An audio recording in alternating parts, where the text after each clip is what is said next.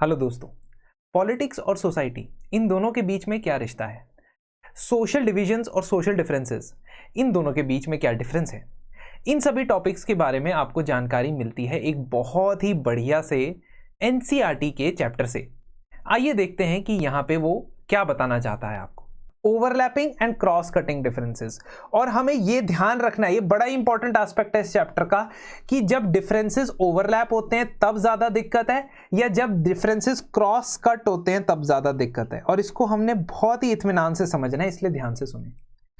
Social division takes place when some social difference overlaps with other differences. ध्यान से सुनना है। Social division takes place when some social difference overlaps with other differences.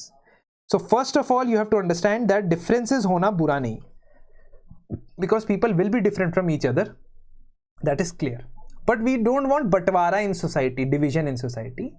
और ये author कह रहा है कि डिवीजन या बंटवारा कब होगा? जब ओवरलैपिंग ऑफ टू और मोर सोशल डिफरेंसेस हो जाए। यहां पे एग्जांपल बता रहा है वो यूएस की। यूएस में ब्लैक्स और वाइट्स अगर दो कम्युनिटीज होती और उनमें सिर्फ नस्ल का फर्क होता तब क्या होता? कुछ नहीं होता, क्योंकि both were living their own life. But the problem is that apart from being black there is overlap of them being poor, homeless and discriminated against. ठीक है, तो एक तो ये ब्लैक हैं, ऊपर से majority of them are poor. तो अगर आप majority देखोगे पुअर्स की, पुअर अगर 100 पुअर है यूएस में तो 80 उसमें से ब्लैक्स होंगे। कहने का मतलब एक सोशल डिफरेंस था नस्ल का, रेस का, दूसरा सोशल डिफरेंस था कि वो पुअर भी हैं, पॉवर्टी का। व्हेन दीज आर ओवरलैपिंग, जब एक ही कम्युनिटी पुअर भी है और वो रेशियली डिफरेंट भी है, तब वो डिवीजन बन गया। देखो कितना सुंदर और बढ़िया कंसेप्ट है, और इस कंसेप्ट को आप कहीं भी इस्तेमाल कर सकते हो, किसी भी पेपर में, किसी भी एस्से में इस्तेमाल कर सकते हो।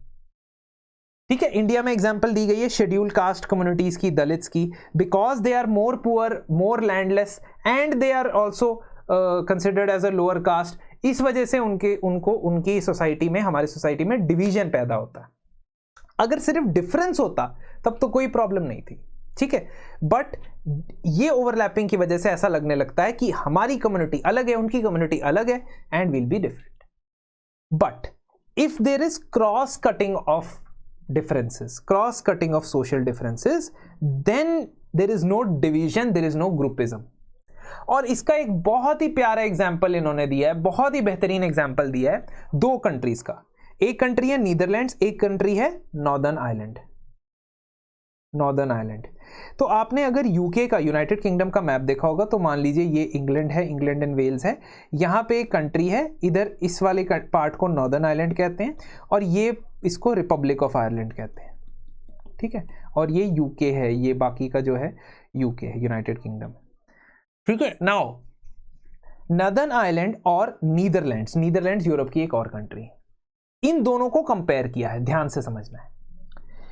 दोनों कंट्रीज में क्रिश्चियनिटी मेजर रिलीजन है, और दोनों कंट्रीज में there are Protestant Christians and Catholic Christians. तो क्रिश्चियनिटी के दो मेजर सेक्ट हैं, अदरवाइज सब सेक्ट बहुत सारे होते हैं, लेकिन दो मेजर सेक्ट है, एक है प्रोटेस्टेंट, एक है क्रिश्चियन, कैथोलिक। ठीक है, दोनों कंट्रीज में ऐसा है। नॉर्दर्न आयरलैंड में भी प्रोटेस्टेंट और क्रिश्चियंस है, और नीदरलैंड्स में भी प्रोटेस्टेंट और क्रिश्चियन है। तो सोशल डिफरेंस है, बट नॉर्दर्न आयरलैंड के अंदर रिलीजन के साथ क्लास ओवरलैप करती है। रिलीजन के साथ क्लास ओवरलैप करती है। ओवरलैप जैसा मैंने आपको बताया था ब्लैक्स वाला। तो इसका मतलब ये हुआ that if you are Catholic you are also more likely to be poor and you have suffered more history of discrimination. तो नॉर्दर्न आयरलैंड के अंदर जो ये प्रोटेस्टेंट और कैथोलिक है, उसमें से कैथोलिक पुअर है, कैथोलिक डिस्क्रिमिनेटेड अगेंस्ट है। ठीक है, whereas in Netherlands there is cross cutting, मतलब कैथोलिक्स के पुअर होने की probability is the same as Protestant के पुअर होने की प्रोबेबिलिटी। कैथोलिक के अमीर होने की probability is the same as Protestant के अमीर होने की प्रोबेबिलिटी। द रिजल्ट कैथोलिक और प्रोटेस्टेंट कौन सी कंट्री में लड़ेंगे आपस में? नीदरलैंड्स में लड़ेंगे? नहीं, क्योंकि उनके बीच का डिवीजन डाइल्यूट हो गया, क्योंकि उनमें से कुछ अमीर हैं, कुछ गरीब हैं। ठीक है, लेकिन कैथोलिक और प्रोटेस्टेंट का जो डिवीजन है वो नॉर्दर्न आयरलैंड में स्ट्रेंथन हो गया, क्योंकि एक तो आप कैथोलिक, ऊपर से आप पुअर, ठीक है, तो आपका तो कम्युनिटी दो बेसिस पे अलग हो गई। और यही देखा गया नॉर्दर्न आयरलैंड के अंदर कि Catholic and Protestants are having conflict in Northern Ireland, whereas Netherlands के अंदर ऐसा नहीं होता। और overlapping social differences deep social division और टेंशंस को जन्म देता है। ठीक है, इसका मतलब, इसका सीधा सीधा मतलब मैं आपको बता रहा हूं, और इसका कोई मतलब नहीं है। अगर सिंपल भाषा में आपको बताऊं ना, जितना कॉम्प्लेक्स डिफरेंसेस होंगे ना आपस में, उतना मुश्किल होता है मोबिलाइज करना इन वन पर्टिकुलर कम्युनिटी, और जितना मुश्किल होगा मोबिलाइज करना, उतना कॉन्फ्लिक्ट होने के चांसेस कम होंगे, है ना। तो अगर आप सिर्फ डिफरेंट है ऑन वन एस्पेक्ट, बाकी कोई एस्पेक्ट पे डिफरेंट नहीं है, तो आपको ये प्रॉब्लम ही नहीं लगेगा कि you are different. But if you are different and because of being different you are being treated differently also, then you will be coming heavily on the others. तो इसीलिए सोशल डिविजन्स की categories अलग अलग हो सकती है, और social divisions जो हो सकता है वो बहुत ही अलग रीजंस की वजह से हो सकता है। जैसे यूरोप के अंदर माइग्रेशन या माइग्रेंट्स की वजह से now there is becoming communities और societies that are mostly multicultural.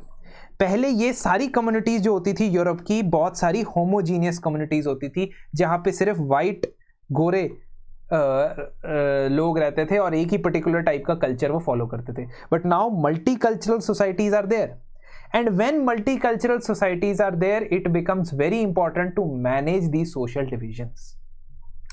अब सोशल डिविजन्स पॉलिटिकली कैसे देखने को मिलती है, और क्या सोशल डिवीजन की वजह से हमेशा लॉस होता है, नुकसान होता है, ये जानने के लिए हम देखेंगे नॉर्दर्न आयरलैंड की थ्योरी या नॉर्दर्न आयरलैंड की स्टोरी।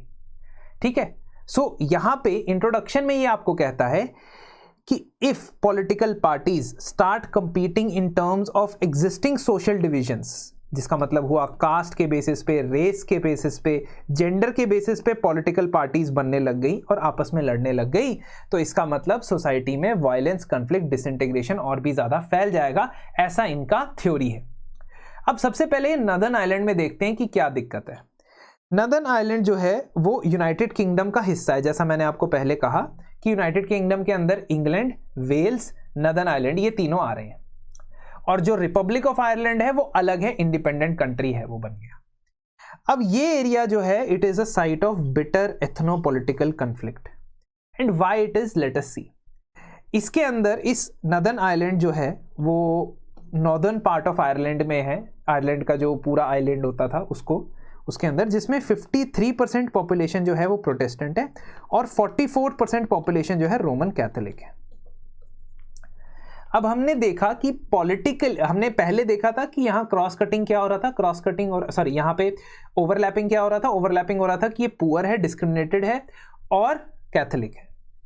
अब हमने ये देखना है कि पॉलिटिकल पार्टीज या पॉलिटिकल आइडियोलॉजी भी कैथोलिक्स की अलग अलग है। जो कैथोलिक्स हैं उनके रिप्रेजेंटेटिव हैं नेशनलिस्ट पार्टीज, और नेशनलिस्ट पार्टीज क्या चाहती हैं, नेशनलिस्ट पार्टीज चाहती हैं कि जो नॉर्दर्न आयरलैंड है वो रिपब्लिक ऑफ आयरलैंड के साथ मर्ज हो जाए, और उसका सिंपल सा कारण है, रिपब्लिक ऑफ आयरलैंड मेजॉरिटी क्या है, मेजॉरिटी रोमन कैथोलिक है। इसका मतलब they want to say that we as Northern Islanders being Roman Catholics we want to merge with Ireland, Republic of Ireland जो है। और Protestant on the other hand, the Protestant they are called, their political representatives or the political parties are called unionist, और unionist चाहते हैं कि हम UK के साथ जुड़े रहें, यूके के साथ कंटिन्यू करें, because UK is predominantly Protestant.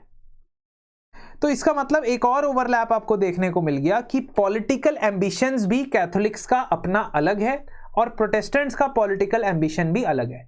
Protestant चाहते हैं कि यूके के साथ जुड़े रहे और उनके पार्टीज को यूनियनिस्ट कहते हैं, और कैथोलिक्स चाहते हैं कि हम रिपब्लिक ऑफ आयरलैंड के साथ जुड़ जाएं और उनकी पार्टीज को नेशनलिस्ट कहते हैं। अब इन ओवरलैपिंग सोशल डिफरेंसेस की वजह से पॉलिटिक्स के अंदर जब ये रिलीजन डिवीजन आ गया तो फिर लड़ाइयां होनी शुरू हो गई, नॉर्दर्न आयरलैंड में कॉन्फ्लिक्ट हुआ, और 1998 तक बहुत सारे लोगों की जान जब तक नहीं चलेगी तब तक गुड फ्राइडे एग्रीमेंट साइन हुआ। और ये आपने न्यूज में भी देखा होगा, करंट अफेयर्स में फॉलो किया होगा, गुड फ्राइडे एग्रीमेंट।